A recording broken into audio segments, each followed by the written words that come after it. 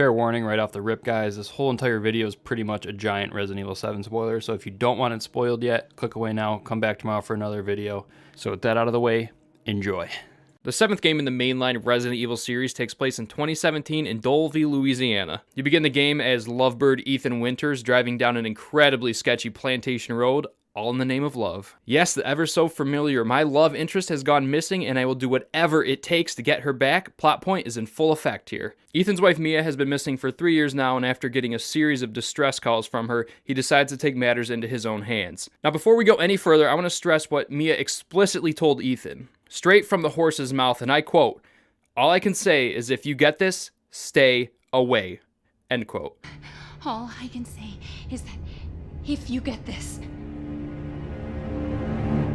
stay away. Now, obviously, he doesn't fucking listen to her advice, or else there would be no game to play. He'd be living it up as a bachelor, but oh no. Ethan goes on trying to break into this plantation house, and after walking right through the front door, which was conveniently open, he starts exploring the unkept areas. The atmosphere in this place is really, really disgusting. Take a look inside the fridge. But after some good old Resident Evil style problem solving, Ethan finds a tape in a conveniently placed TV, power included. So he pops the tape in and it transports you into the shoes of Clancy, an amateur cameraman shooting a TV spot on haunted houses, and Pete, the asshole reporter. Fuck me. I was an anchor, you know?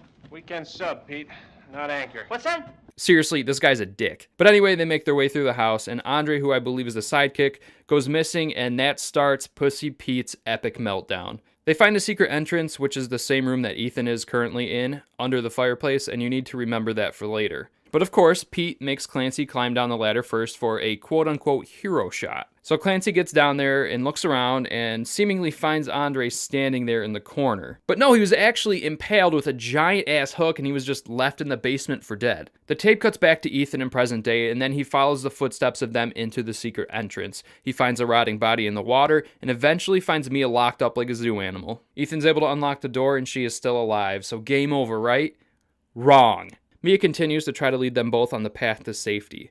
As they continue, Ethan starts to hear some banging and, plot twist, Mia is a crazy bitch. She tries to kill him in a very paranormal activity way, throwing him and stabbing him as if she just found out he slept with her sister. But just like any other bipolar bitch, she snaps out of it and apologizes and then goes right back to cutting him up. She apparently dies with an axe to the throat, and Ethan is surprisingly composed for someone who just murdered his own wife. He answers a ringing phone, and on the other line is a woman called Zoe, and she tells him to escape through the attic. But wait, who exactly is this Zoe, and why are we trusting her? But there's no time for logic, we gotta move. Ethan continues exploring, but in the meantime, Mia found a chainsaw and proceeds to fuck Ethan's day up by cutting his hand off, leaving him to bleed out. What a wonderful relationship these two have. The next scene opens up with Ethan and Mia getting dragged through the mud by a large man. Ethan somehow gets his hands stapled back on and is invited to a nice, cozy dinner with this batshit crazy Baker family.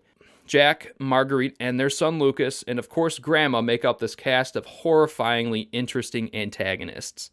I also want to point out something that I discovered. The only vegetable you find in the kitchen is indeed the grandmother. After the lovely dinner, Ethan starts exploring his new house. He pisses Jack off and he goes on to destroy his house while Ethan tries to escape. Ethan wanders into the basement and after some time runs into a cop who's very cautious about poor Ethan and gives him a pocket knife for safety. He tells Ethan to meet him at the garage and they can talk there. Jack somehow catches wind of this and decapitates the cop with a shovel. Ouch. Ethan fights for his life in the garage and eventually finds the keys to his car and continuously beats Jack into the concrete with it. Jack finally gets impaled by a girder and Ethan escapes with his life. Ethan is then able to unlock another section of the house, allowing for more exploration and looting. Zoe calls Ethan again, revealing that she is indeed the baker's daughter. She reveals that pretty much everyone but Ethan is infected with some virus, but it can be treated with a very specific serum. She asks him to collect some specific items so that she can create the serum herself. Ethan finds another tape where Mia is running away from Marguerite and the little girl from, I'm guessing, Fear. Vomit monsters start appearing all over the house and are more of a nuisance than anything else. Seriously, guys, these things aren't shit. While Ethan is scrounging for ingredients, he is met with his old friend. Jack is back and crazier than ever. The two duel it out with a crazy chainsaw fight, and Ethan kills Jack for the second time after getting chopped in half. Now we got that out of the way, Ethan is instructed by Zoe to go out to the old house in order to confront her mother. So Ethan goes to the old house, finds a flamethrower, lights a lot of bugs on fire with it, and hunts down Marguerite. Lucas is feeling pretty left out at this point, and he wants some attention, so he takes Mia to lock her up with Zoe. Don't you stand there!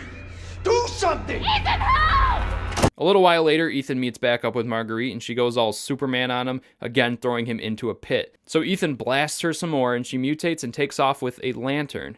Ethan discovers that he needs a D-series head and an arm to create the serum that Zoe wants. Ethan finally extinguishes Marguerite a little bit later, taking her precious little lantern. And after finding the arm for the serum, Ethan starts hallucinating and seeing a young girl that we saw earlier. Lucas, the perverted son, calls Ethan, saying he captured both Mia and Zoe and has an activity for him. So Ethan goes off to the barn where Lucas was not kidding.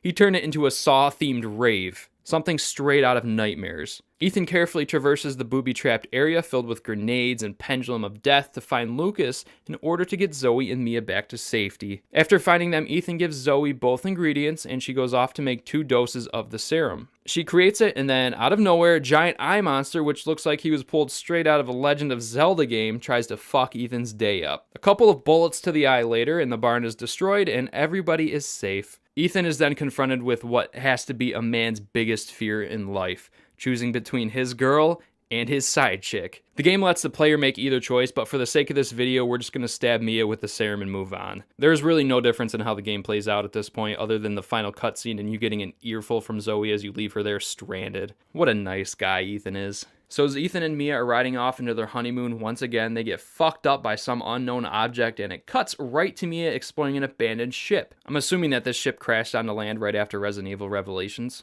So Mia continues to follow the throw-up monsters and the creepy little girl deeper and deeper into the boat. She stumbles across another VHS tape, and that's where you learn about the demonic little girl, Eveline. She's pretty much a sociopath that loves to torture people. Oh, and all that gray sludge you see everywhere throughout the game, that's just her puke. Really, guys, I can't make this shit up. It is. As Mia continues to look for Ethan, Eveline continues harassing her. And she finally finds Ethan, and it cuts to an odd scene where Jack apologizes continuously for trying to murder Ethan and blames Eveline for infecting his family with her quote-unquote gift. Eveline claims she's just looking for a family to love her. Yeah, good luck with that, crazy bitch. Ethan escapes the tanker, leaving Mia behind once again, and stumbles into a mine shaft where he finds an abandoned laboratory. That's where he learns that Eveline is an E-series bioweapon capable of infecting people with psychotropic mold that gives her control over the victim's mind, resulting in their insanity, superhuman regenerative abilities, and various other mutations. All of this just to have a family seems kind of extreme to me. Using the lab equipment, Ethan synthesizes a toxin that will hopefully kill the psychotic little girl once and for all. He makes his way out of the mines and back to the house where he initially started his search for Mia.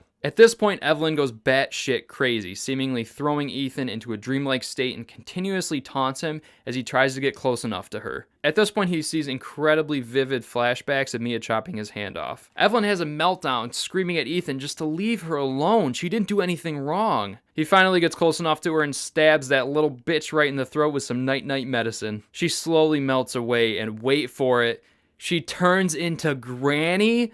No, how could we have done that to Granny? What, you didn't think Granny was gonna get in on the fun? So she turns into a giant puke monster, and all Ethan really needs to do is throw lead down her throat until she throws him outside, and instead of just eating him, lets him light her up. And right as all hope seems lost, a special gun lands right next to Ethan's head. Good thing a smartwatch still works because he gets a message telling him to use it, as if that wasn't obvious already. So he lights Granny up with it, dries her skin out, and she is no more. Redfield shows up just in the nick of time to take Ethan to safety as he is reunited with his wife, Mia. Now they can finally fly off into the sunset and everything ends just fine.